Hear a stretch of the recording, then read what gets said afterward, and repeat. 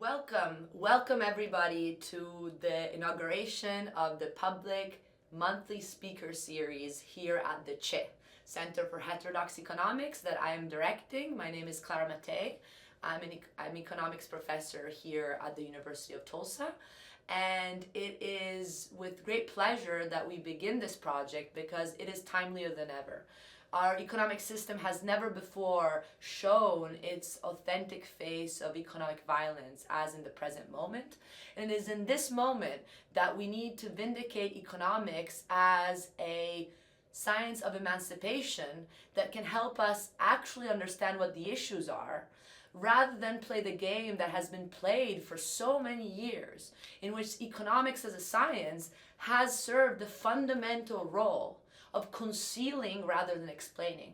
Concealing is not just a matter of an epistemic problem.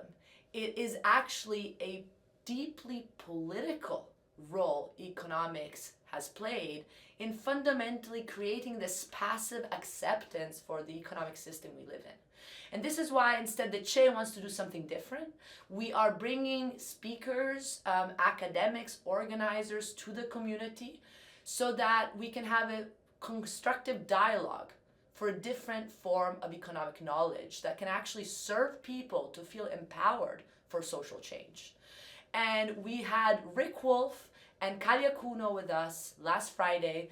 The room was packed. We had over 140 people in person, people that came from all over Tulsa, through flyers, through outreach that was very local. And we had the pleasure to discuss a topic that is taboo for economics. This topic is exploitation.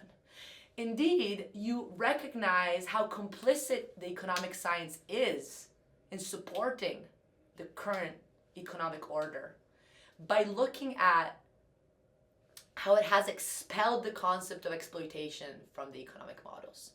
Indeed, the idea here is that inequality is ultimately an issue of redistribution or of individual behavior. What we show as heterodox economists is that inequality is actually grounded on the social relations of production that are deeply exploitative. In fact, exploitation is not just an exceptional circumstance of mistreatment because of an evil boss. We wish it was the case. What we need to understand as scholars of economics is that exploitation is structural to our economic system. There would be no economic growth without exploitation grounding it. And when we talk about exploitation, we mean that all wage workers are by definition producing more value for their employers than the money they get in their paychecks.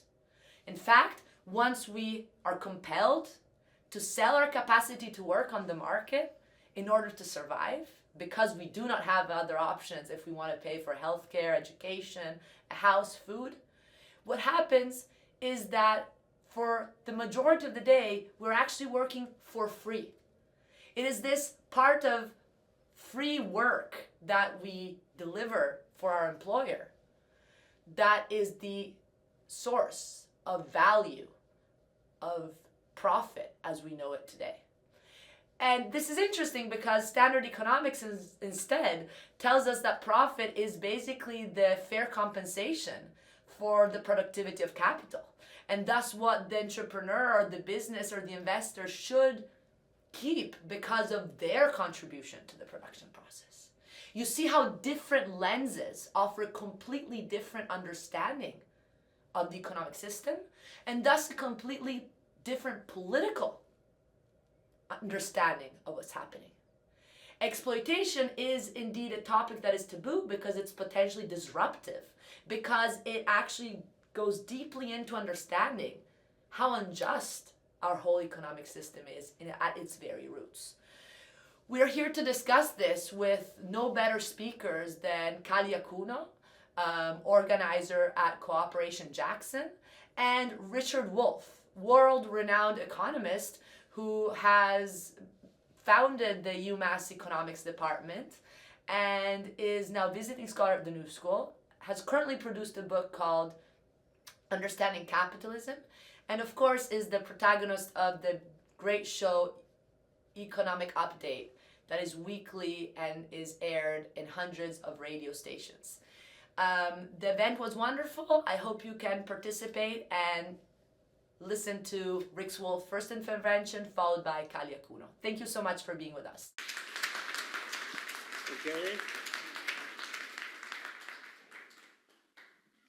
I want to thank Clara Mattei. I want to thank everyone at the University of Tulsa for being so kind as to invite me.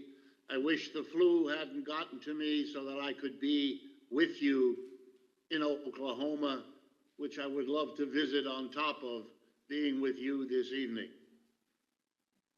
Let me jump right into the said, something that we don't talk about, a taboo topic that has become so taboo that many people are afraid even to go into that kind of a discussion. So I'm in a way bringing back to the forefront of our imaginations and of our thinking something deeply buried inside us that we already know because we've seen it around us, even if we didn't know what we were looking at. So let's begin. In every human community, thousands of years ago or right now, whether it's a large community of millions or a small community of a few people living together, the following has always been true. Some portion of the people, some portion, get up and go to work most days of the week. They use their brains and their muscles to produce the goods and services that we all rely on. The food, the clothing, the shelter. But it has always been true that not all the people in any community do it. Most of the time, there are people in the community who do not work, who do not go and use their brains and muscles to transform nature into goods and services we consume. And you know that. For example, children, say between the ages of 0 and 4 or 5 years of age, those are people who consume food, clothing, shelter, but they do not produce it. Someone has to produce food, clothing, and shelter without consuming what they produced so that there can be people who consume without producing. Babies, children. But now move on with me. It could be the elderly. It could be people who are not feeling well, sick folks. We would like them to live, to get better. The children should grow up. The elderly should pass on their wisdom. And so human communities have always organized work so that some people do it, but don't consume everything they produce, so that there is an extra, an output over and above what the workers themselves consume to enable other people to live without working. Babies, elderly, the sick. But in modern society, we've taken this ancient truth to a whole new level. Over the millennia, we have become able, as a species, to use tools and equipment and to be able to produce a vast array of output, so that it has become true that the output we can produce in any community, say the United States, say Spain, say New Jersey, it doesn't matter. In any of these communities, our technology enables us to produce an enormous output, so that when we take a portion of it to feed, clothe, and shelter the workers themselves, there's an enormous leftover. In economics, we've called it a surplus. It's just the portion of output not consumed by the workers who produce the output. So that in a modern society, and that's been true now for thousands of years, it has been possible to arrange society in a way that you and I may take for granted, but we shouldn't. And you'll see why as I finish my explanation.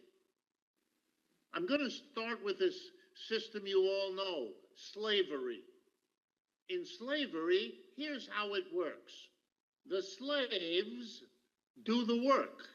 They produce the food, the clothing, the shelter, the grand mansions, the plantations, all of it. They give it all to somebody else who's not a worker like them. We know their name, master. They give everything they produce to the master. And the master takes a portion of what the slaves have produced and gives it back to the slaves so that they can feed, clothe, and shelter themselves. He knows he has to do it, the master does, because otherwise the slaves would die, and then where would he be? Slavery is a system in which the slaves produce a surplus that sustains the masters. They get to eat, live in lovely places, wear fancy clothes, because other people do the work. Okay, here's a second system that we've had, which is organized in a very similar way. Feudalism. It's what existed in Europe for 1,000 or more years. In that situation, we had serfs, people who farmed the land. And they had to produce not just enough to feed themselves, keep their farm going, they always had to produce more, which they delivered to the Lord. And the name feudalism gave for that surplus that the serfs produced but did not themselves consume, give it to the Lord, that was called rent, a word we still use, even if we use it in a different way. But now let me bring this to our own lives, yours, mine, right now. The slaves were never happy with the situation I just described. They felt that they were ripped off, that they were made to work harder and harder, while they weren't given more to eat and enjoy, because they were worked harder by the master so that the masters would get that surplus, and that the surplus would be as big as possible. And ditto with the lords and the serfs. So the slaves weren't happy, and in the long run, they got rid of slavery. They wanted to be free of it. They wanted freedom from slavery. And you know, with the serfs, it was the same. They didn't like having to work so hard to deliver ever larger rents that were demanded by the feudal lords. And so they got rid of feudalism. And then 2 or 3 centuries ago, a new system emerged. Just as feudalism emerged out of the collapse of slavery, so a modern system we live in today, capitalism, grew out of the collapse of feudalism. And the people who made the break in the American and French revolutions refused to continue feudalism. The United States' Revolutionary War against King George III in England didn't fight to be independent to set up their own king. They had it with kings, no more. And they didn't want feudalism. No serfs, no lords. They would be the new system, capitalism. But here is the second most important point for me to make this evening. The effort of slaves to be free, the effort of serfs to be free, resulted in them bringing about capitalism, which was different from slavery because nobody can own another person. It was different from feudalism because we weren't all farmers who had to deliver rents to lords. Instead, we had a new system called capitalism in which the two roles were not master slave or lord and serf, but they were employer and employee. And the major point I want to stress to you is that the honest, sincere effort to break out of slavery and to break out of feudalism, which is the history we all come out of the last several thousand years, now presents us with a new challenge because the capitalism that they hoped would bring freedom didn't do it. Why not?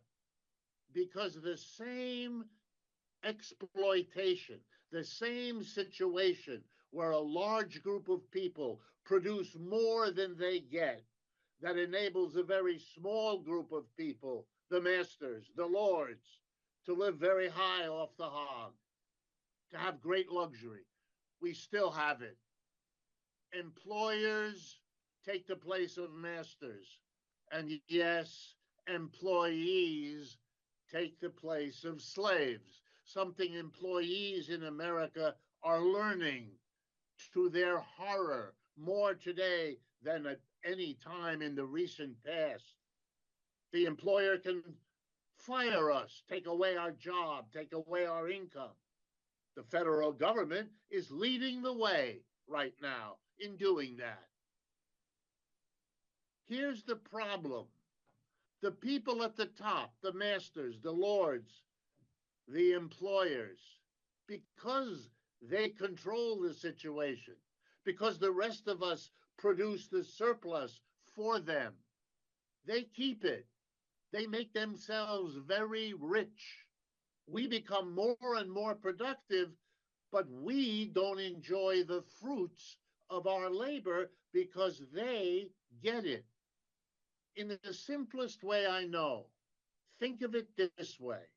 When you go and you look for a job and you talk to your employer, and you and the employer agree that you will be paid, let's say, $20 an hour, you know, without me explaining it, that the only reason that employer would ever pay you $20 for an hour of your work is if the employer knew that by working an hour, you would add to the quantity or the quality of what that employer produces, and he would get more than $20 from selling the extra your work yields. The difference between what he gets when he sells the fruit of your labor and the $20 he pays you, that is what he keeps. That's what makes him rich. You produce more than he pays you to do it. That's exploitation. If you want to know why we have Elon Musk with $400 billion, it's because tens of thousands of workers in Tesla factories are producing much more than he pays them, and he keeps it. So he's rich, and those workers are not. If you want to understand why some people have enormous power and the rest of us so little, it's because of the way we organize work so that the majority of people are employees. According to the US Census, 3% of Americans are employers, and the other 97%, you and me, are not. So we are the producers of the surplus. We are the exploited. And of course, why am I telling you this? Well, the details and the explanation is going to come from my friend and colleague Akuno. Let me only conclude this way. The human race does not need to divide the workplace between a small number of people at the top, masters, lords, employers, and a vast amount of workers at the bottom. Yes, that's how it's been for a long time. And that's the problem. That's why we've had the struggles, the difficulties, and the crises, including the crisis of our capitalist system that we are living through. But what we can do that earlier generations hadn't understood, and what it is my job to pass on to you, is we can ask the question, maybe exploitation is the problem. Maybe what the slaves needed to be free was not to accept the idea that a few people should run the workplace and all the rest of us do what we are told. Maybe democracy is an even better idea than you might have thought, if only we would apply it to the workplace. Not divide rulers and ruled. No, democracy always said one person, one vote. We all have the same influence on reaching the collective decision.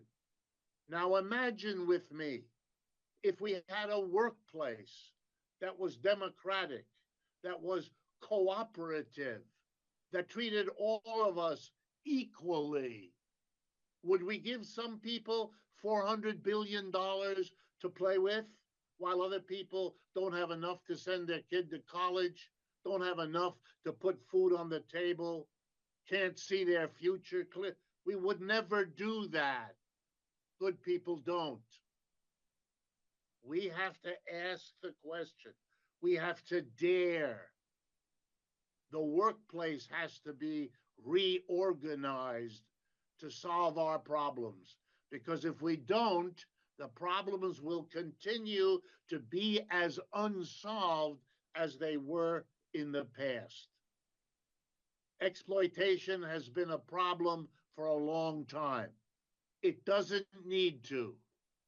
We have learned good things to do in society to make them better, but we have not gotten to the root of the problems of unequal wealth and income and unequal power and all that it implies. But we can, if we recognize that the organization of the workplace is not given by technology, there's no taboo in asking questions about it, and as Clara Akuno will tell you, there are already many examples in history, including here in the United States, of people who are busy doing exactly that. So it's my pleasure to lay the groundwork. I hope you all will think about these things and let Clara Akuno show you some of the ways this is being actualized by people like you and me right now. Thank you very much.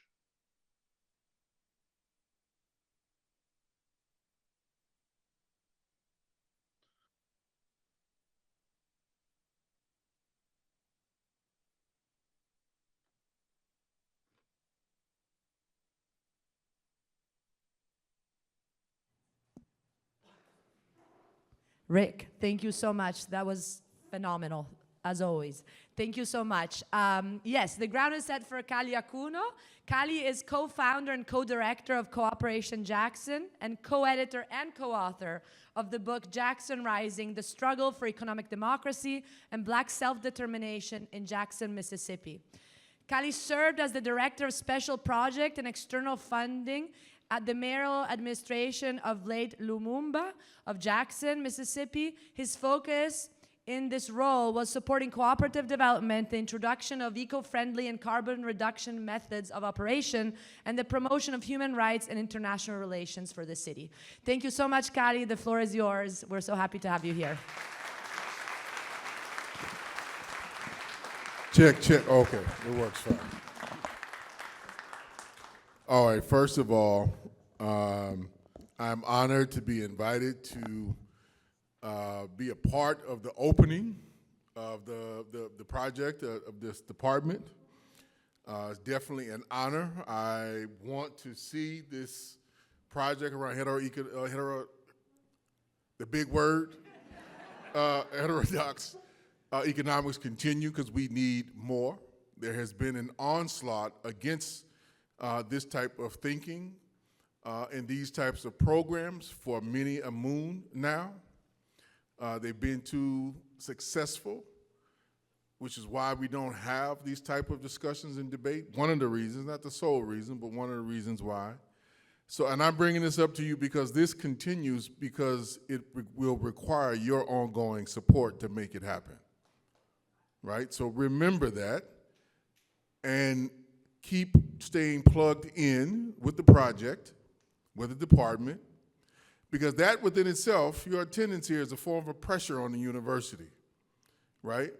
It's an indication of the value of what's here, and then we can translate that value into kind of an organized political force if we so choose, right, to keep it here, to have it grow, and to extend. So you all have a role to play. You all have a role to play. We all have a role to play in making these things successful and giving us what we need. All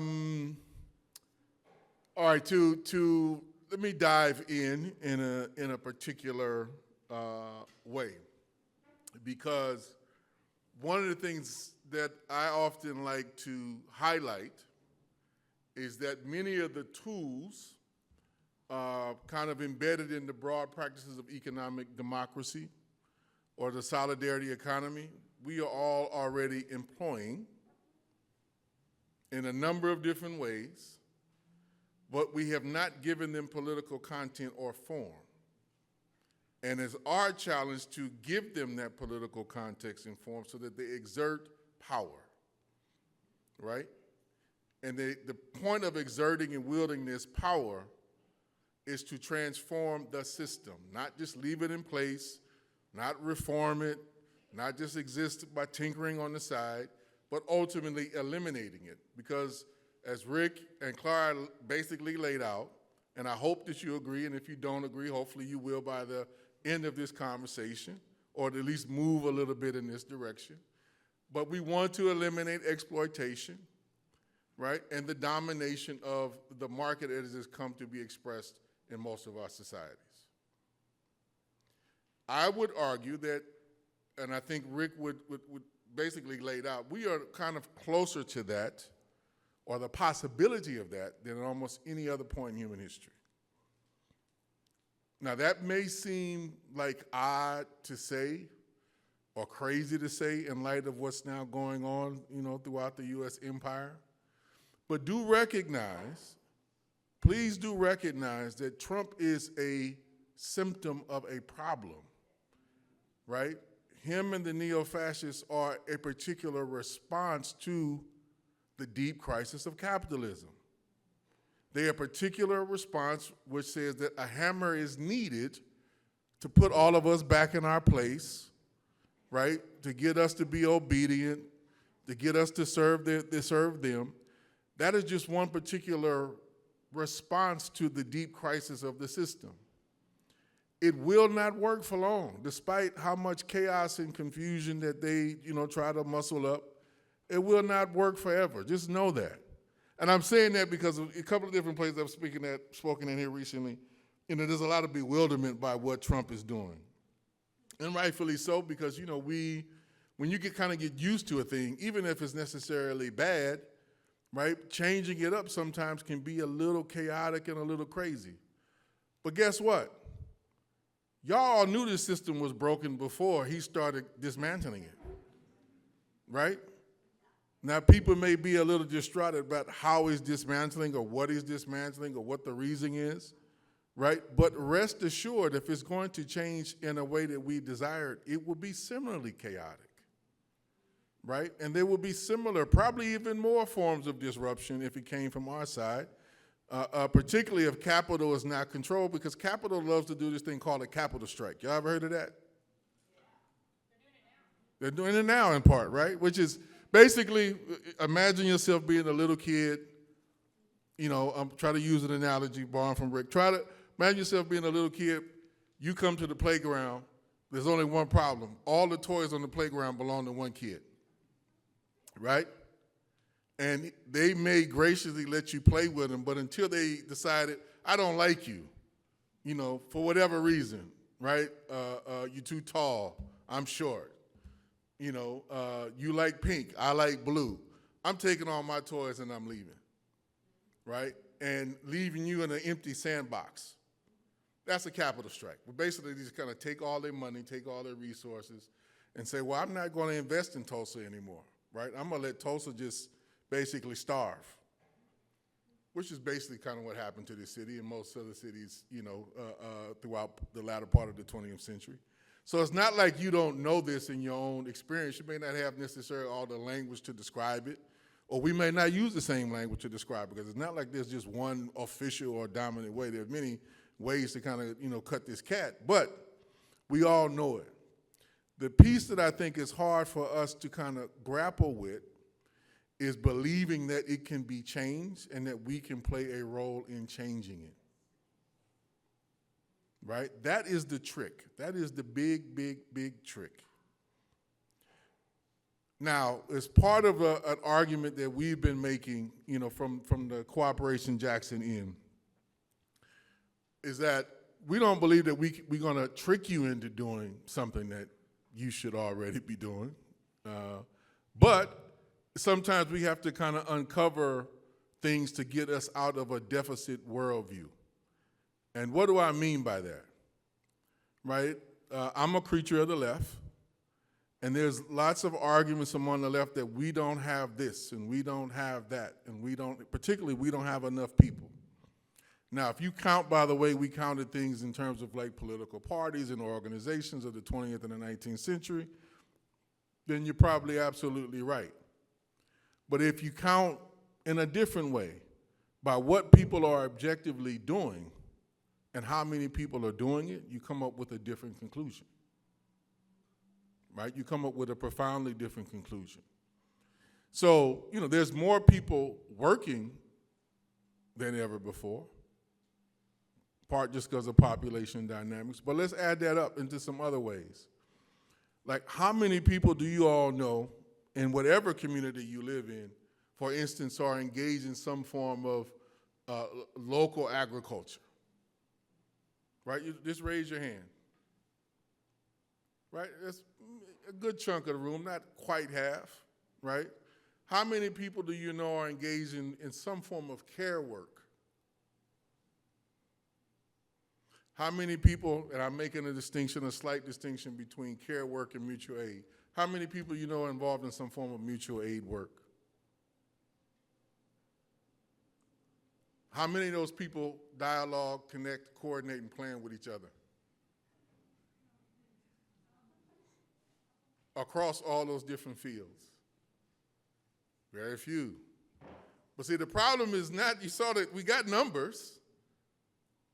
It's more or less a question of dialogue, coordination, and democracy, right? A question of coordination and planning, right? Get organized. It's not that we lack people. We lack coordination. We lack organization. Now, there are some historic reasons for that. Some of our organizations in the past were pretty horrible, right?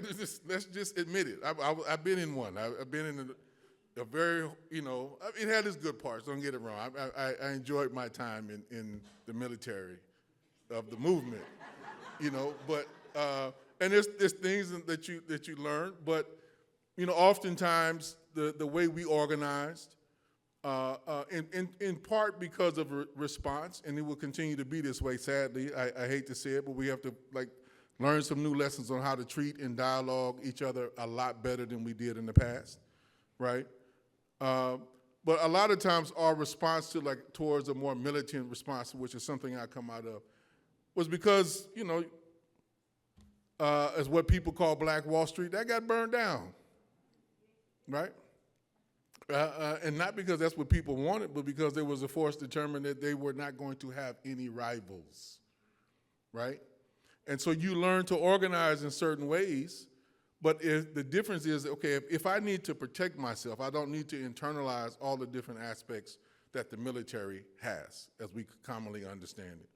And there's a gap between that we have to learn, and I'm not saying we figured it out, but we better figure it out, right? And I think, in particular, some of the tools that have emerged or been put in place, because some of these things have been around forever, but some of the things around attention to care, right? Attention to accountability, attention to privilege in different forms.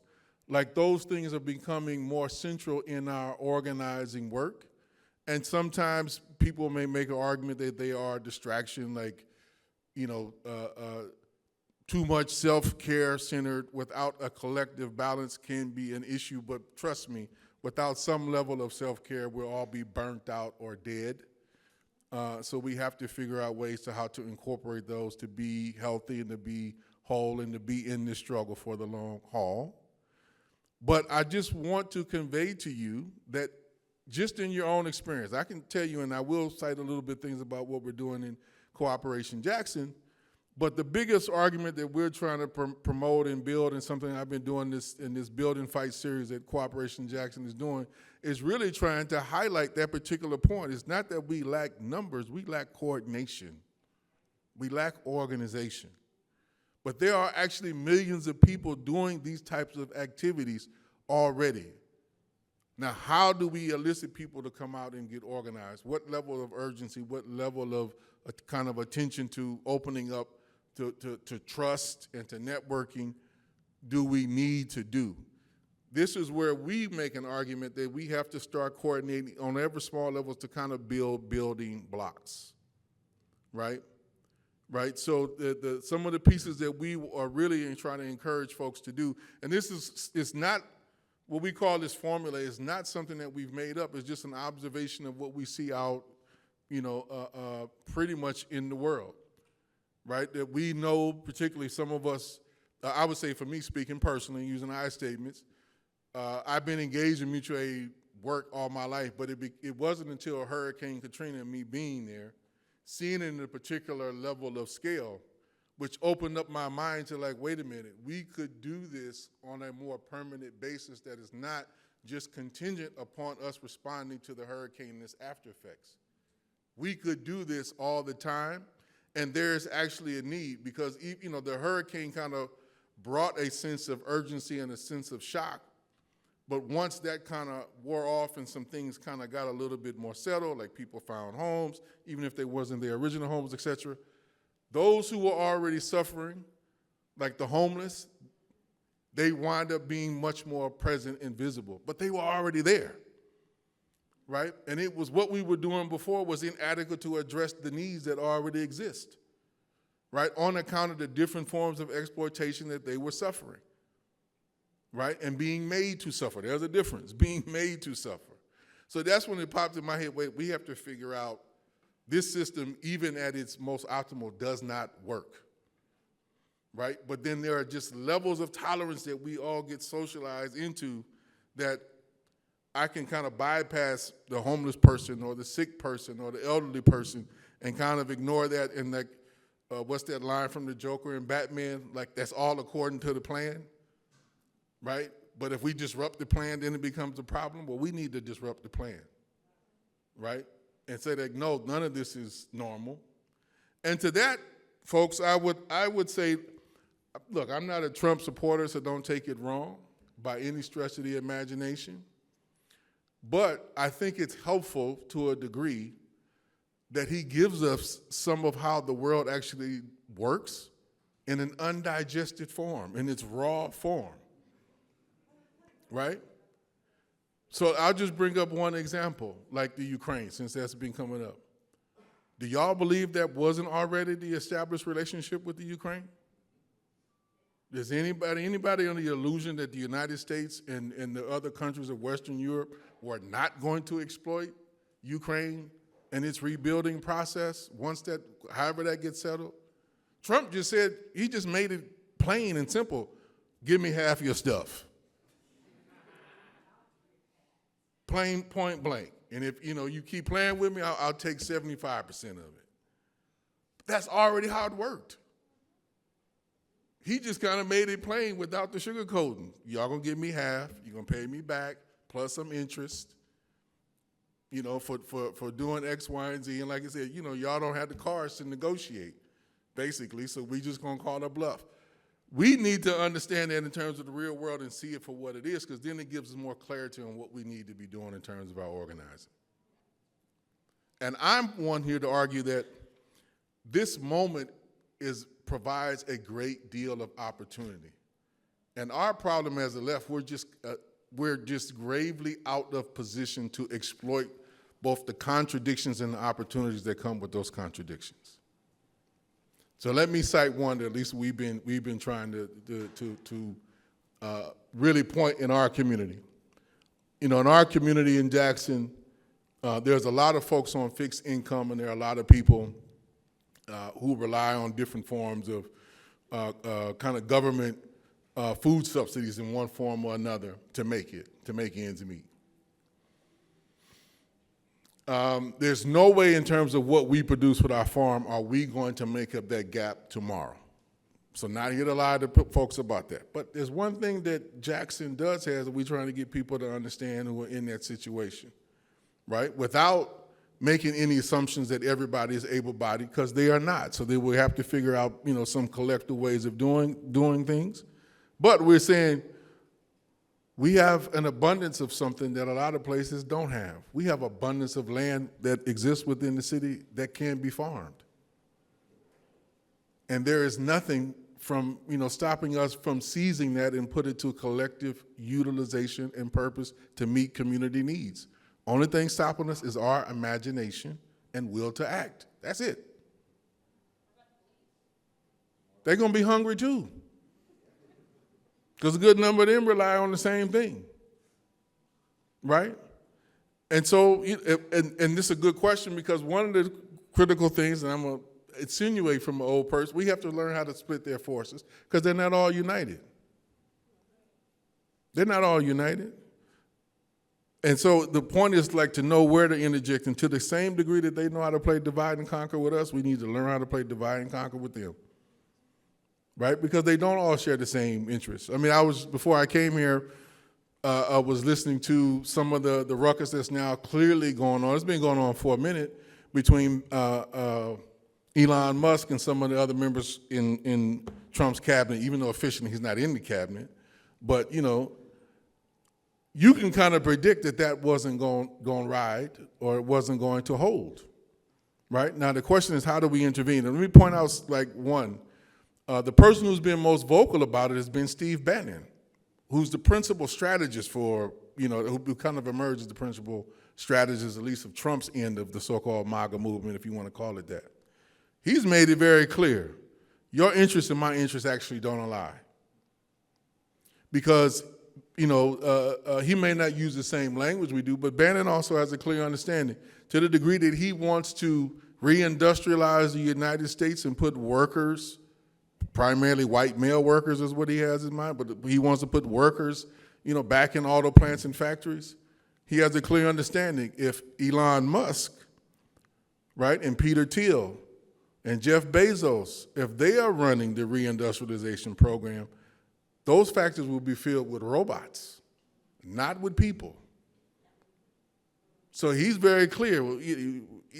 There's a struggle that's going to have to be had about whose vision is actually going to make America great again. So they got contradictions amongst themselves that we have to play out. Now, that don't mean we ally with them because, they see our side. They don't. He ain't talking about helping most of the people in this room.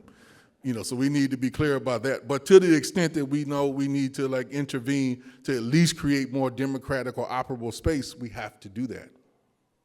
We have to do that. Now, the last thing, what I've been speaking to is about a whole framework by way of, some analogies and examples towards economic democracy. And Rick is absolutely correct. I just want you guys to just think about the broader struggle of what we need to kind of articulate. I think I've heard it from many people, but I love the way Rick kind of articulates. Just think about how many hours in your life are going to be spent, most people, are going to be spent working at a job that you don't have any say over, right? It's just what the boss tells you to do, and you clock in and clock out. For most of us, it's over, almost a half of our lifetime that will be spent in some place which is basically run as a kingdom. But yet they tell us we live in a democracy. It's absurd. But it's an absurdity we've grown to kind of digest because we think this is natural and normal. Or we've been indoctrinated to believe that this is natural and normal. Well, it's not. But we have to struggle to democratize wherever we are at in order to change it and shift it. Wherever we are at, right? At the point of production, at the point of distribution, right? At the point of service, all those different things we have to struggle to democratize. And we need to do so on new terms. This is the last piece I'll say and then open it up for question. Some eggs need to be broken. That don't mean they need to be totally abandoned, but they need to be broken. And what egg am I talking about? Sometimes we put ourselves in box. This might not be the most, applauded piece of what I need to say, or what I would say, but I need to say it, is that some of the framework around the National Labor Relations Act actually hemmed us in a way that was not productive to working class actually attaining power. We need to get real about that, right? And jettison the frameworks which does not allow us to be in solidarity with other workers because other workers need to have solidarity, right? We can't just leave things to we only can strike or struggle or whatever on the basis of better working conditions or a better contract or better health care. As long as they still get to call the shots, as long as they have the power to hire and fire, none of those rights are ever going to be guaranteed. That's an illusion, right? It's still at their discretion. And I'm going back to this point. Remember the Capitol strike? One of their favorite toys is, all right, you unionize, I'll move my shop to Mississippi. Or I'll move it to Mexico. Or, I'll move it someplace else that has even less rights. Right? There's no contract that they are bound to adhere to as long as they are in control. So we have to organize ourselves to be the ones who control in a collective manner. I think the answers on that are very clear. We just have to get rid of the illusions that the system has maintained. And this is a good era that those who are now running the show, they're not really about maintaining illusions. They mean to rule with an iron fist, right? They are not going to be able to do everything that they want to do. Do not believe that by any stretch of the imagination, right? And as you can see in many respects with Trump's kind of back and forth over these tariffs, right? We can see that there's a certain level that he's always been serious about tariffs. Trump's been talking about this stuff since, I'm 50, almost 53 years old. He's been talking about tariffs as long as I've been around on one form or another TV. So this ain't nothing new, right? It's just how his particular view of the world. But there are some things he does pay attention to. Like he does like the opinions of rich people and all those people who play in the stock market, send them a clear message, right? You messing with my money, and if you keep messing with my money, I'll mess with you. So he's like, well, we'll do a delay on Mexico and Canada for a couple of days, right? The point that we should illustrate from that is, let's imagine if we were in principled unity and struggle with the workers in Canada and Mexico and would be in dialogue with them about, they have their course of action, what is our course of action? Why are the corporations and these presidents getting to decide our livelihood? So there's a different set of questions that we need to be answering. And we could be encouraging them, this might be a great time to democratize your workplace in Mexico, in Canada, and all throughout the United States. Let's have that conversation and dialogue.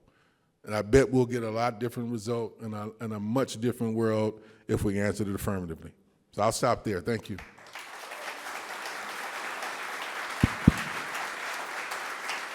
Thank you, Kali. That was fantastic.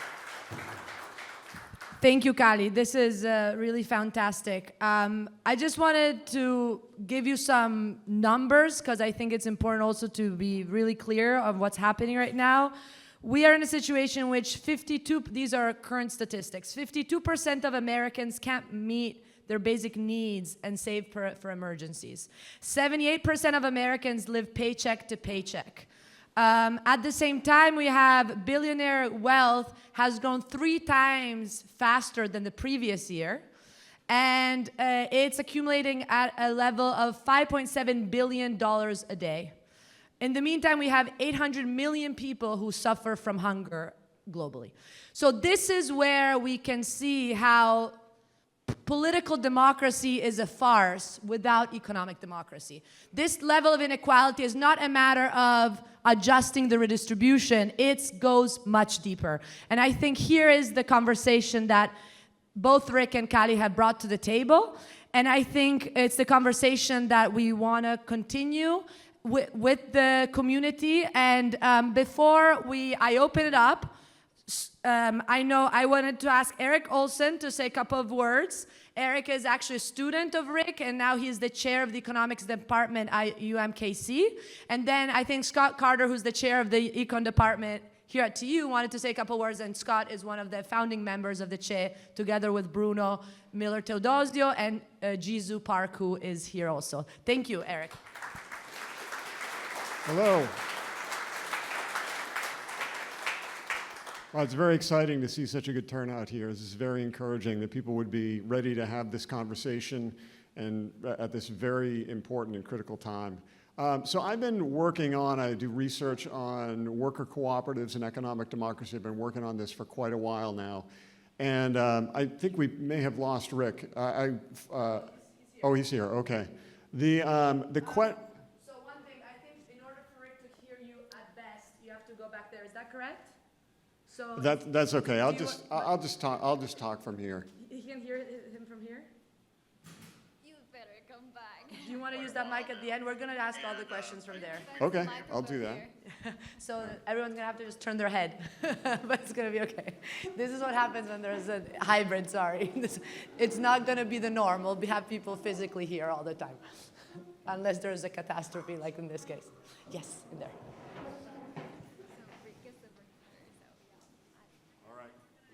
Hello, Rick. How are you? Good to see you, my friend. One of the things in my own work is that I've come to realize is that there are things happening across the country today that we really should be thinking more and trying to develop. I think we see these examples on the East Coast with cooperative healthcare associates in the Bronx, for example.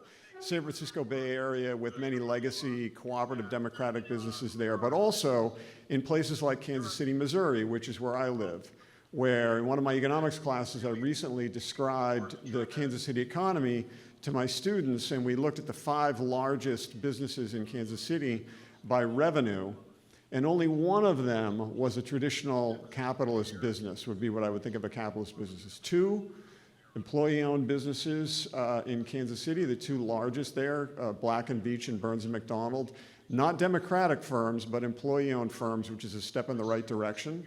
Largest by revenue is actually a producer cooperative, the Dairy Farmers of America, who manage dairy products for small farmers across the United States. And so it's models like these that I think that provide an opportunity for us to think differently about the economy, that there are different ways to do it, that it's not a hegemonic thing that we're never going to be able to get out from under. And there's other ways to think about this too. You know, the left has a traditional model where we always thought about, it went like this, something like this. One that was very near and dear to my heart at one point too, which said, first we take state power, then we take the economy, and then we make it work equitably for the people in that economy. That's a model that's been around for a long time. I think we don't need to wait for that. We need to find the ways today that we can do tomorrow, that we can wake up to try to make this a more equitable and democratic society. And there are models out there all over the place that are waiting for us to pick up and to develop. But I did want to ask Rick, because I have a question for to suggest how is it that we get more of this? How do we get more economic democracy? How do we democratize our workplaces? Or to both of the speakers, to think about those ways of organizing. There are, again, models out there. The U.S. Federation of Worker Cooperatives, which was founded in 2004, which sounds like, wow, that's, they're almost at their 20th anniversary now, or I guess they're past their 20th anniversary. But in Italy, their Federation of Worker Cooperatives has been developing cooperatives since the 1870s. So we're really just getting started here in the United States.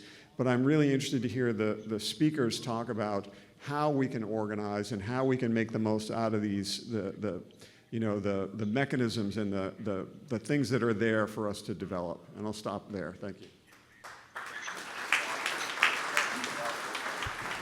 Thank you, Rick. Thank you, Kylie. I'll be really quick here. I just want to speak when Kylie, when you said that we lack with the things we lack. I agree with that. We also lack consciousness. We also lack an understanding. This is what the Che is about. This is why we're here. Because the academics need to know what's happening in the real world here, and you need to have a way to be able to think about it too. It's a symbiotic process. There's a lot of problems with the organizing left, okay? There's way too many problems, way too much that we have to be able to grapple with, but there's also a lot of beauty. The consciousness is what we lack, and we want the Che to be the opportunity to build that bottom-up, organically done, a working class consciousness is how I see it, and I think we can win. So thank you for showing up, and I'll let that, I'm interested to see what the questions are. Thank you.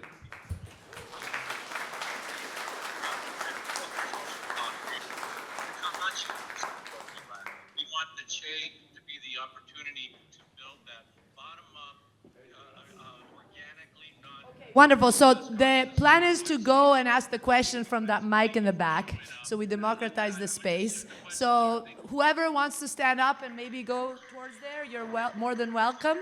And yeah, so we can. Wonderful. Yes, that's, I think, the best. Wonderful. So then perhaps what we can do is from that mic in the back. Collect 3 questions, and then we get our speakers to answer. Does that work? And then we can get another round. And yeah, so we can.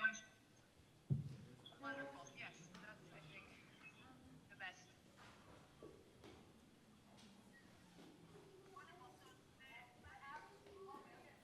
Collect 3 questions, and then we get our speakers to answer. Does that work? And then we can get.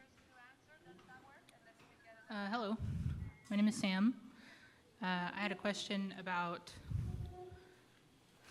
nervous. You were talking a lot about Trump, and I think a lot of people who are stuck in false consciousness, they're not class conscious, are only becoming aware of how bad things are because of Trump. But, I mean, the Democratic Party exists as a way to mollify these issues to make them not seem like they're so obvious. And Trump is like just a symptom of the reactionary movement that's happening right now. So if the Democrats come back into power, people will probably, just like they always have, just not care. Like during Joe Biden's presidency, he deported more people than Trump did in his first presidency by a lot.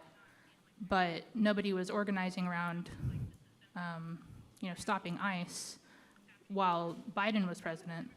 So I guess my question is, how do we organize in the face of the way that the Democrats function as a way to stop class consciousness if they are to come back into power?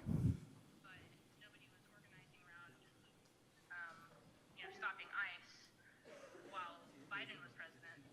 So I guess my question is, how do we organize in the face of the way that the Democrats function as a way to stop class consciousness if they are to come back into power? Stopping ICE while Biden was president. I want to say a real quick thing here. I really apologize that we are having a trouble with audio right now. So it is unfortunate that Rick Wolff is hearing us from the live streaming. So please understand, even though we're having a kind of messy sounds right here, please, I hope you can understand us. Here. I realized that we are having a trouble with audio right now, so it is unfortunate that Rick Wolff is hearing from the live streaming. Wait. So please understand. Okay. Hi, my name is Bridget. I have a question surrounding investing in answers that reflect our ethics. So I worked at a health food store for 9 years, and for the past 3 years was in a union effort. And I expected retaliation from the company in the form of captive audience session meetings, in the form of lying to us, in the form of observing us more and writing us up more. I didn't expect the level of emotional manipulation. I didn't expect my employer to exploit the death of a coworker to pin pro-union and anti-union workers against each other. I didn't expect conflict to be sown between people who'd worked together for over a decade to interrupt that fight. And this health food store, there's one here in Tulsa too, it's called Natural Grocers. And I imagine that some people here shop there because a lot of the people who shop there in order to be more conscious about where they are putting their money.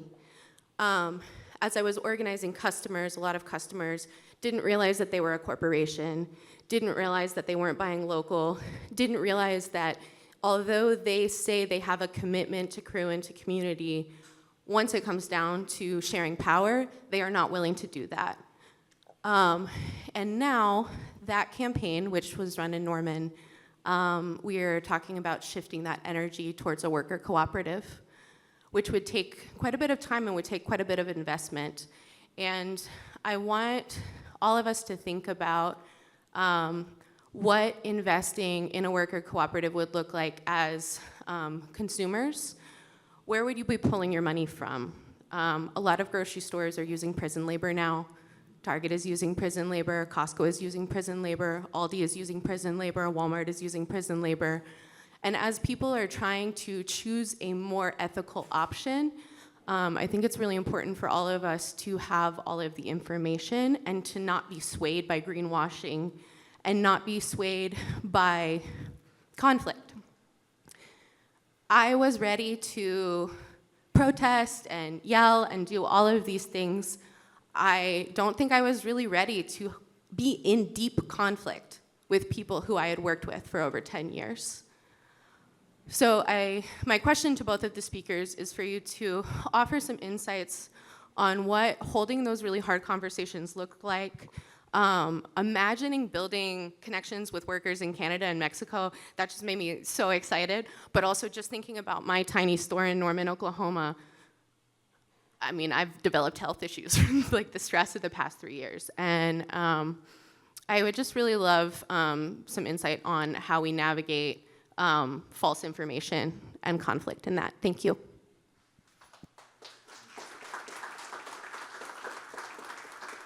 Let's get one more question, and then we get the speaker's feedback.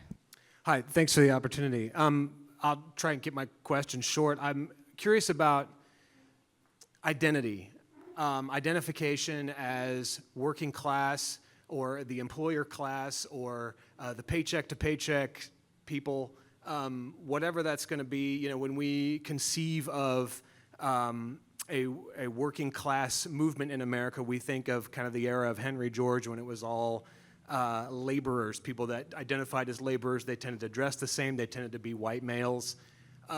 This time around, it's got to be multi-everything. We need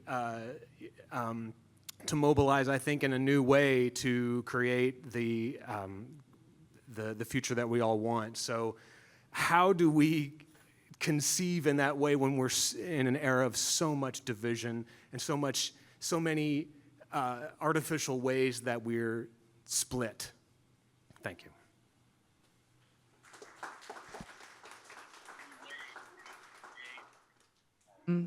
Kali, would you like to start?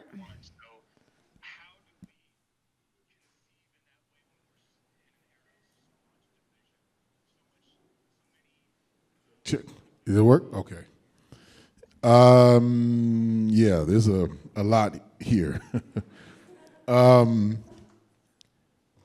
would try to be as brief and succinct as possible to make more room and to allow more people in the queue. So some of this would be incomplete, just understand that, but I'm accessible if folks want to follow up later, just to put that out. Okay, one of the things I just want to bring up that was somewhat indirectly mentioned. Let me frame it back, because I do think it's important. There was a significant amount of protests against the deportations that the Biden administration was doing. And before it, the Obama administration, which also broke records at that particular point in time. The issue was you just didn't hear about it, right? Because it served a particular narrative of the Democratic Party and its kind of liberal associations when they were not in power to highlight this particular injustice, rather than to downplay it when they were in quote unquote power. And part of this is why I'm bringing this up is, you know, it is incumbent upon us to do this, going back to my point, do a level of organizing and communication which is not dependent upon, I'm gonna just call it the enemy's tools. Facebook and Twitter and all those things. Yes, they can reach a lot of people, but more increasingly and more sophisticated, they reach who those algorithms want you to reach, not everybody. So something could be happening of a very dynamic nature. You would never know about it because the algorithm has decided for whatever reason, or whatever AI program they got running the numbers now, I don't want you to see that. But so much of our movement consciousness, I would say particularly over the last 20 years, has become very dependent upon those channels of communication rather than sometimes a simple phone call or older technology. This is what I'm doing, this is what's happening, this is what we're trying to accomplish, and even better yet, create, I would argue, to really be more secure, we gotta go back to face-to-face engagement to the greatest extent possible so the communication is clear and you can read somebody's eyes and their energy and their posture, and all those things are deeply important, believe me, right? In trying to figure certain things out.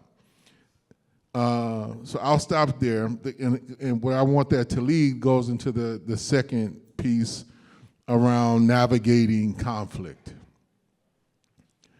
One, I want everybody to understand that if you take up part of what I was saying about democratizing any place, there's going to be a lot of conflict in that.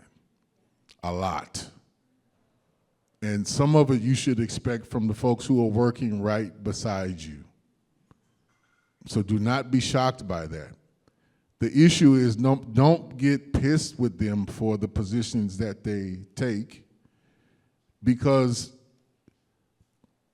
as any of us know, from our own experience, certain things are just hard, and we don't all adjust to them being hard in the same way. And sometimes people have to kind of grow into change rather than just be kind of sprung upon them without them doing the level of digestion, going back to the education work that's necessary, right? So if you come to me, I know from say my family, there's a whole bunch of unemployment out there waiting for me. Should I challenge the boss who can fire me, right? It's not that I'm against what you're saying, but I know the reality of it is they have more power than I do, so I'm gonna sit with what I know, and you got to really convince me that there's going to be follow-up and solidarity and care on the other end, and we're going to actually stick with each other through thick and thin if and when we get fired before the mission is accomplished. And if you can't really sell me on that, more than likely I'm gonna stick with what I know, right? But don't get mad with folks, because of that, because that push is hard. But we all know the horror stories of people being out on the street and family being homeless and people being smoked out and all that. We all know that. So and the rulers know that. So that piece around really investing in building up deep relationships of like trust, I've learned the hard way to how important that is, right? And asking people to take certain challenges, you got to realize you're kind of asking people to take a leap of faith, but in the things that they're not necessarily accustomed to doing. And so patience, persistent, but really building up the unity so you can have hard conversations, and when you don't agree or they don't particularly see your point, be able to, like what they say, disagree without being disagreeable. Just say, hey, one day I think you'll come to see it, my way. But in the meantime, you don't agree, let's keep doing what we're doing. But at the end of the day, no, I'm gonna go do this picket, or I'm gonna go do X, Y, and Z, and just keep educating and highlighting the need, but not in a way like you dumbing somebody down or overly preaching to it. That shit gets tired after a while, and people just gonna turn you off, right? So there's a level, we exist in this weird space, and we gotta hold it. Like we got to be patient, but also urgent at the same time. And that's a hard space. I'm not saying it's easy. I'm not saying it's going to come to you as a skill overnight. It's something that you learn. It's something that's different from person to person, context to context. But trust me, you got to do that if you want to, be that. And I think the point is not to condemn folks for making certain choices. And the more we understand build a relationship, the more I understand why you are sitting in this position of maybe continuing to support the boss. The more I understand that, the better organized I actually can be in being like, let's figure out a collective way to overcome this limitation, right? Rather than just condemn you as like, oh, you a traitor or you a sellout, or that ain't actually gonna get us where we need to go either.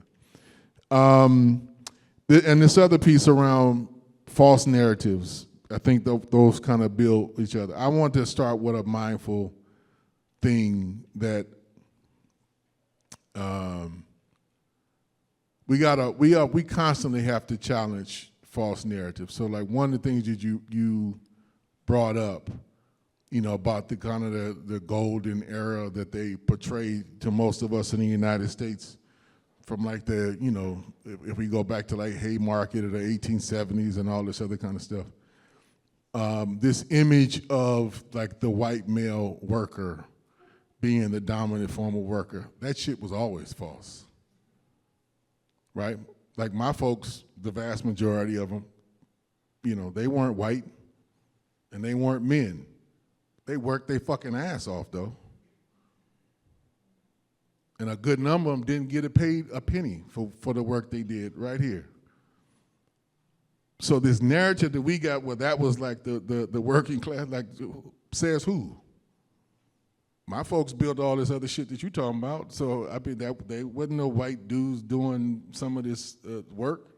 We don't count. That was not part of the history, or all the unpaid labor that women have done for, like that didn't count. You who fed your ass so you can get to work? That don't count. That wasn't serious labor, or who tended to you when you were sick, or watched the kids. Like all these things were valuable contributions that may not fit even within some of the frameworks, right? Sometimes I've seen the left historically get lost in abstract labors around we should only be supporting certain things of workers who produce surplus value. Well, not everything that produces surplus value is necessary for the social reproduction. So you get lost in a split between like who has power or who should be most important, who should be most focused on, that wind up excluding the vast majority of people who weren't actually in working in a particular factory, right? But they were working in the field or they were working in the house. And so if you don't come up with a strategy and a point of view that includes all of them, you're actually shooting yourself in the foot, because that winds up being a reserve army that your enemy winds up using against you or used to replace you at different points in time. So we have to construct our own narratives is where I'm going, and that goes back to the point around part of this next critical piece of the phase of struggle, I would argue, folks, is that we have to, and it's more urgent given what's going on now. And what do I mean by that? It's not an accident that Trump has allied himself with the tech lords. It's not an accident that he's allowing the tech lords to try to redesign government. Because one of the things that they are hoping as an outcome, at least some of them, like if you want a government service maybe in 2 years, it's gonna be like chatting with Amazon AI, not a human being. Like that's the vision that they fundamentally have about eliminating government and just making it all privatized, right? So that's not an accident. And if we continue to rely on utilizing their mediums to do our basic methods of exchange, we're actually continuing to giving them more power, right? The cloud capital, that is a real thing. And so there's a way in which we have to starve the beast, but also utilize our skill and technology to organize all the tech, to trust me, Jeff Bezos don't write code. He don't do that. So, but there are folks who do that. We need to find them and organize them and say, take your skill and expertise and do it with something else. Got it. Thank you.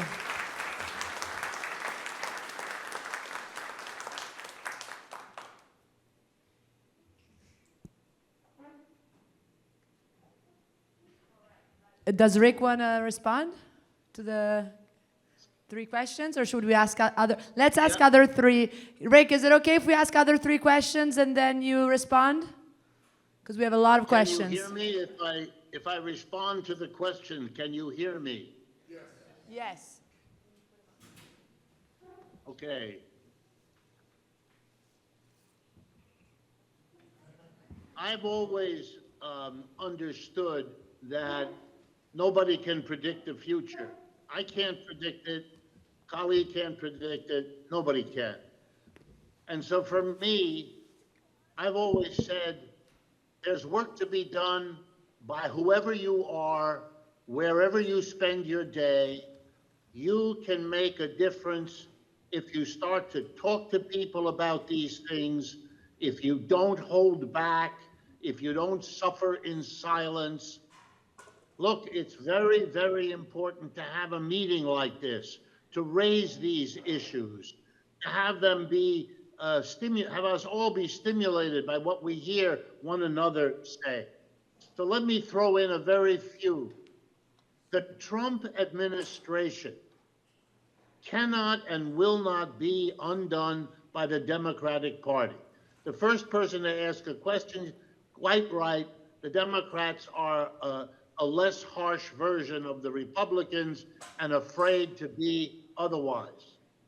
It's also important to understand, and I say this as an economist, I've been an economist all my life, what the administration of Mr. Trump is doing is chaotic. It's not some grand master plan. Sure, they have some ideas here and some ideas there. They can't get themselves together. They can't get clear which of their ideas work. If you impose tariffs, you get an inflation. Half the time that Mr. Trump talks about tariffs, he thinks other people pay them and has to have it explained to him for the umpteenth time that a tariff is a tax, that the Republican Party is putting a tax when it tariffs, and that the tax is paid by Americans, not by other people. That's the nature of the tax. You know, it is childish, but you know, if you create enough chaos, maybe your idea can get in there. But I would not worry about what the best place is. If all the people in this room tonight were to begin to understand that there really are possibilities, that this system is an enormous crisis. Let me please underscore that. For the first time in a century, the United States has a serious economic competitor who's winning. It's called China. It's not a question of liking it. I'm not endorsing it. There's lots of things wrong in China. That's a separate matter. But the Chinese are a competitor, and no one in this room knows yet how that's going to play out because we haven't had it for a century. It is very, very important to understand that. The government of the United States for 20 years has tried to slow down China. It has failed.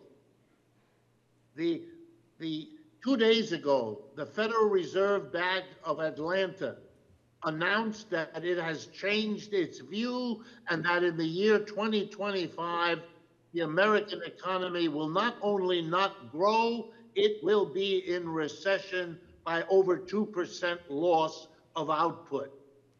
That, not me, that's the Atlanta Federal Reserve.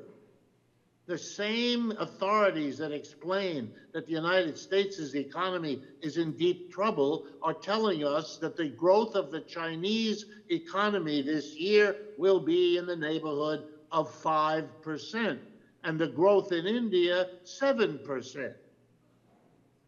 We can pretend all we like, but that is a reality that is changing everything.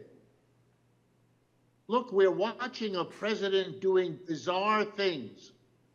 He's going to take Greenland to make it a resort. He's going to take Gaza to make it a resort. I mean, you all know this is crazy. Don't hesitate to think it. You're right, it is.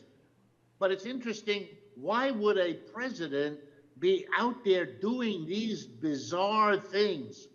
Destroying the neighbors north and south, who used to be the closest allies, destroying the alliance with Europe, who used to be these are acts of desperation, not of genius, not of inspiration, desperation.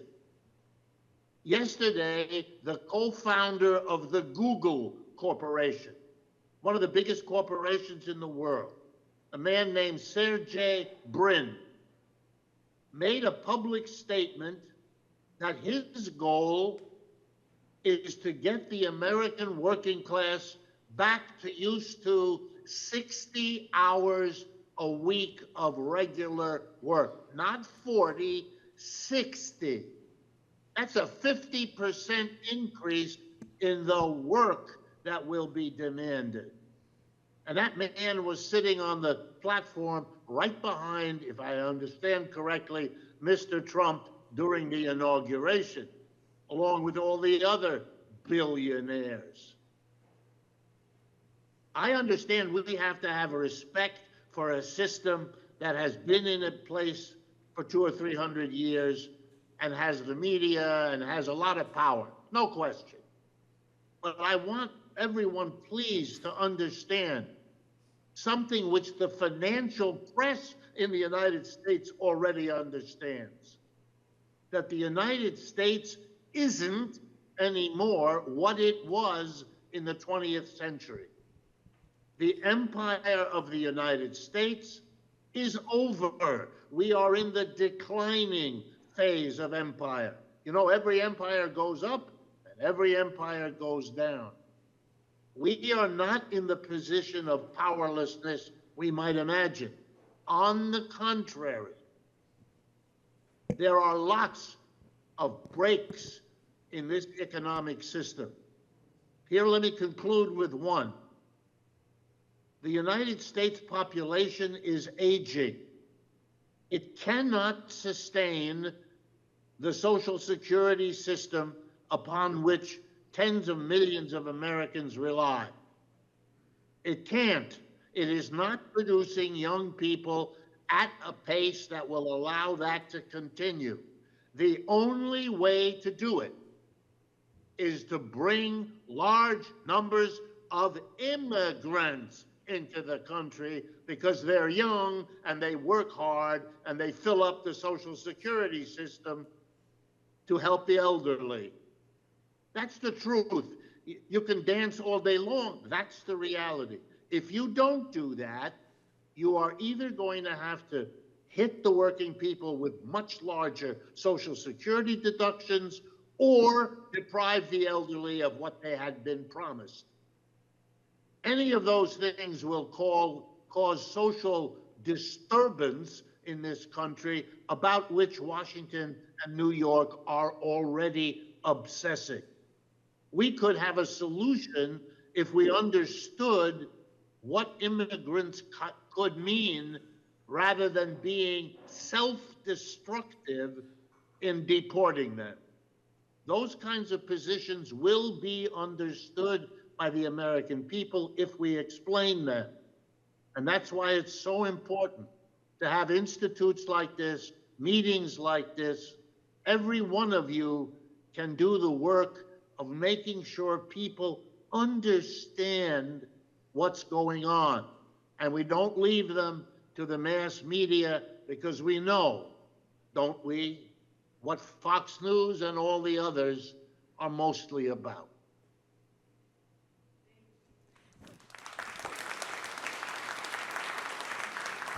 Thank you so much, Rick. So we are going a bit long. So I would say let's get the last 3 questions and maybe just 1 minute remark from the speakers and we close.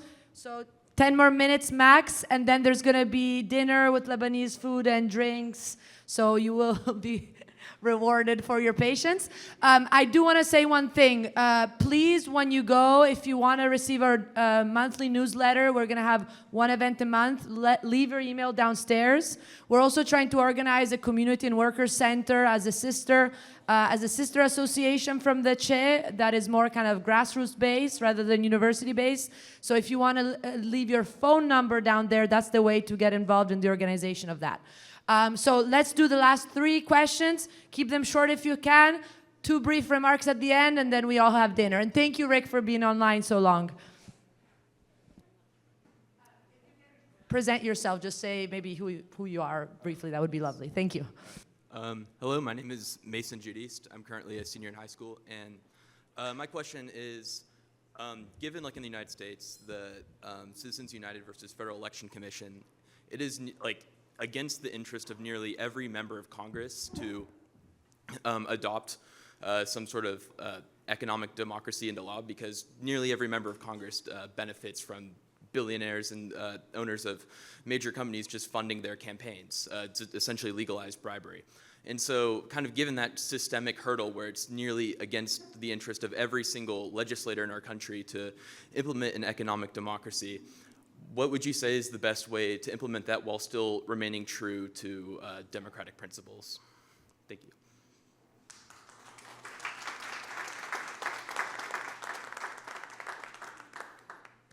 Howdy, y'all. My name is Xavier. I'll respect it and keep it really short and just stick to my question rather than any comments. A question that I've been asked working around cooperative enterprise and the solidarity economy concept by people is, how does this scale? How does this address larger scale issues like what we are seeing, say, globally, like climate change or imperialism, et cetera? And like, I have an answer to this question, but I would like to know what the speakers would have to say to this kind of idea of like, is this local effort like building up, what does it amount to? How does it connect to these larger struggles? Thank you.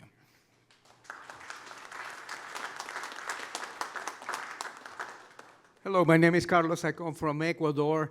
My question has to do with the power of media and the situation right now with the disjointed society that we have, isolated from most everybody.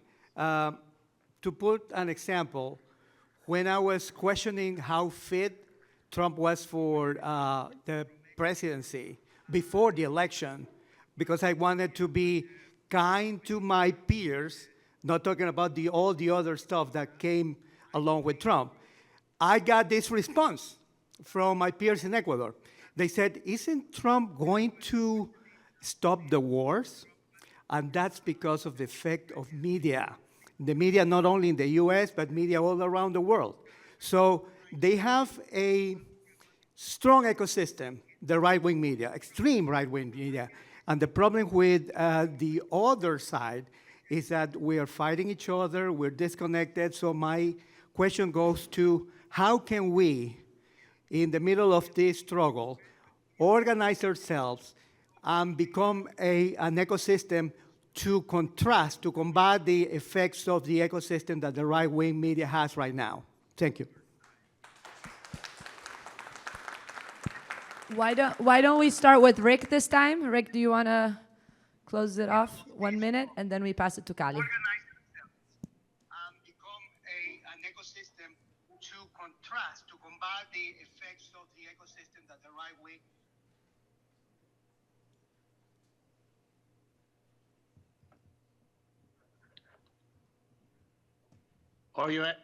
Are you waiting for me?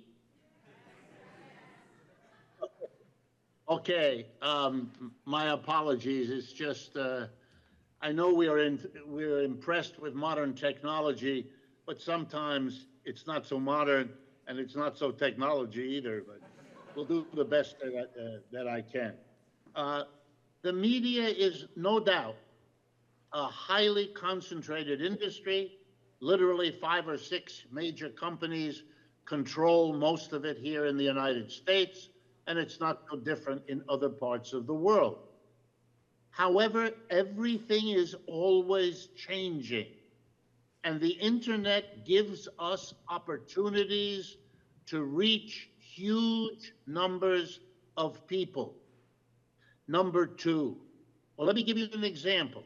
I work with an organization called Democracy at Work. We've been around for about 12 years. One of the things we do is a weekly radio and television program. It goes across the United States and around the world. We currently we just crossed 500,000 YouTube subscribers. So that's an enormous community. And all we do all day long is criticize capitalism and advocate for worker co-ops. That's what we do. Everyone knows who comes that that's what we do. The audience is there. What all of us can do, even by ourselves as individuals, at our workplace, in our families, this is how change happens. The good question about how you go from micro level to macro level, we will all be doing that. When you work at the micro level, that becomes a problem. If you can get people at your store or at your workplace or in your home thinking and talking, out of that comes the ways we bind together to have macro effects. Let me remind you of history. Capitalism begins by tens of thousands of little businesses emerging out of feudalism with an owner and 3 or 4 workers. It took them centuries to get their act together to create the macro system that supports them, from the Federal Reserve to modern governments to all the rest of it. The micro is where it starts, the macro evolves out of it. Don't worry, that is already happening. There are efforts all over the United States to get people together now to fight. It's partly the recognition, which I hope many of you can be open to, that the Democratic Party gave up a long time ago. They came out of the greatest collapse of capitalism in its history, the Depression of the 1930s, when they put forward a very radical program. You know what the radical program was in the 1930s? To give every American over 65 a pension check for the rest of their lives. We had never had that in America before. Roosevelt advocated for it. Unemployment insurance. We had never had that in America, but the New Deal coalition pushed Roosevelt to do that. The first minimum wage we ever had in America. Yep, in the middle of the Great Depression, pushed by the New Deal coalition, and it forced on Roosevelt, the president. And finally, 15 million people hired by the federal government to give them a job and an income. The most radical program any president had dared to advocate. And you know what the American people did? They reelected him 3 times. The most popular president in American history had the nerve to do what today's Democratic Party doesn't imagine doing. That means you and me and people like us have to find other ways from the bottom up to recreate the political force that can make change. Don't imagine it isn't possible. Last thing. One country in Europe decided not to go with the others, not to turn against immigrants, not to deport them, not to do what Trump or Obama or Biden did. One country, in case you don't know, it's the country of Spain. Spain welcomed immigrants and still does. And here's a little factoid. Spain has the most healthy, growing economy of any country in Europe. So don't let people tell you that the deportation is some kind of necessity.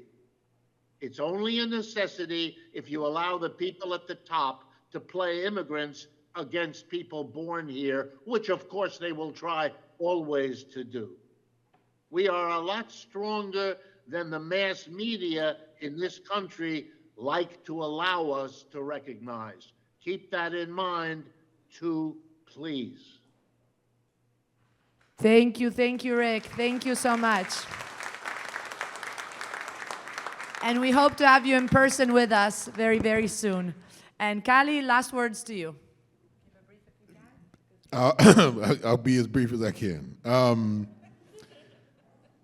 So, yeah, I'm just going to build off of what Rick said, which I agree with completely. Just to add on a particular point around how do we get, to the scale up. Rick gave an answer I was going to give. Only thing I would add to it is that there is a particular process of federation to get to that particular point that we need to do on an intentional level at this scale, I think now in the United States. Worker cooperatives in particular are still small in number, few and small in number in the United States. It doesn't have to remain that way. We have to figure out a way, I think, to both partner with the sections of organized labor which are willing to be partnered with and push each other towards aggregation and control over more sectors of the existing kind of means of production. I'll add that particular piece as the next phase where I think we need to go. The liberal media is just as strong, if not stronger, and more dangerous than the right-wing media. I hope folks are clear about that. If you think CNN and MSNBC are telling you more truth than Fox, you got a problem. They tell a particular spin on things. They may actually present a select number of facts, but a select number of facts is not the full picture. All right, it's not the complete picture. And what we need is as much accumulated knowledge from all of us as possible to get the full picture. That's not what they offer. That's not what they've ever offered or ever will offer. They're select in propping up the existing system and the existing worldview, so it's just an echo chamber at best of what already exists, which is a problem, has always been a problem, and was designed to be a problem. Like this notion that somehow the capitalist system is broke or has been broken, it's doing exactly what it was always intended to do, right? So I think we need to be clear about that. And then the other one was, I didn't finish taking a note, but we are not going to, and this is a piece to where we have to figure out how to struggle with each other on this one. But it goes back, I think, to the first question, which I didn't really come to deal with, and I apologize for that. I didn't answer it in part about the Democratic Party because I just don't have nothing to do with them. And so anybody who knows my history knows that, but I shouldn't assume that, right? And so I've been a vehement enemy of that institution all of my adult life because it is the graveyard of social movements. You've heard that before. I reiterate it. I've recently been living through an experiment in Jackson where we were able to get some close friends and comrades to actually I always say in Jackson, we won a popularity contest. We did not seize state power. Do not confuse winning the mayorship, or that's not what we did. We won a popularity contest, and we faced the limits of our popularity by capital very quickly, right? And because of our differences that emerged, there was someone already there, being honest, but the differences that emerged on how we choose to mediate the struggle, right? So there's some of us who think that we should press even when we may be in the minority and not make certain compromise, and there's others think, well, we should delay. And there's times in which, you can do that. But at the end of the day, I would argue that our folks were captured by the Democratic Party in our context, even though we had done a tremendous amount of study going into that to not be captured, it still wind up happening. So do not be under some illusion that you or your comrades, if you choose to play that game, are going to be actually stronger than the dynamics of the system itself. You will not be. So it's best not to play that game. Now that doesn't mean to totally abandon electoral politics. That's not what I'm saying. I believe you use every avenue of struggle that you have available to you to get where you need to go. But putting all your eggs in that basket or within that party is definitely going to be a losing end of the stick. So I'm an advocate that we have to build our own, be patient. It's that piece around the organizing and patience and the urgency that we have to learn how to navigate. That's one of the clearest ways and clearest positions of what we need to do. But at this particular point in time, and I'll end on this, look, by all indications, by even their own media and their own pollsters, that Democratic Party, you understand, is almost done, right? It's like I saw something, 2 or 3 different sources, like 20% approval rating right now, right? And James Carville's running around talking about our best thing is just be quiet and shut up and just let the Republicans do it. That's our best strategy, right? He can say that because he actually doesn't fundamentally agree when you get down to it. He doesn't disagree with what Trump and them are doing. Right? So be clear that their interests and your interests actually don't align. And they're going to continue to get a lot worse, right?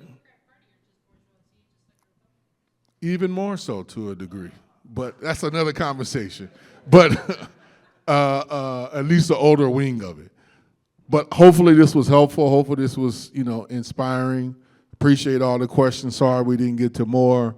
But again, I think both me and Rick are accessible. We might not get to you tomorrow, 5 minutes from now, but folks definitely respond to emails, calls, texts, so please reach out and definitely stay in contact with the program as it seeks to grow and advantage and be a tool in your own backyard. Thank you. Thank you.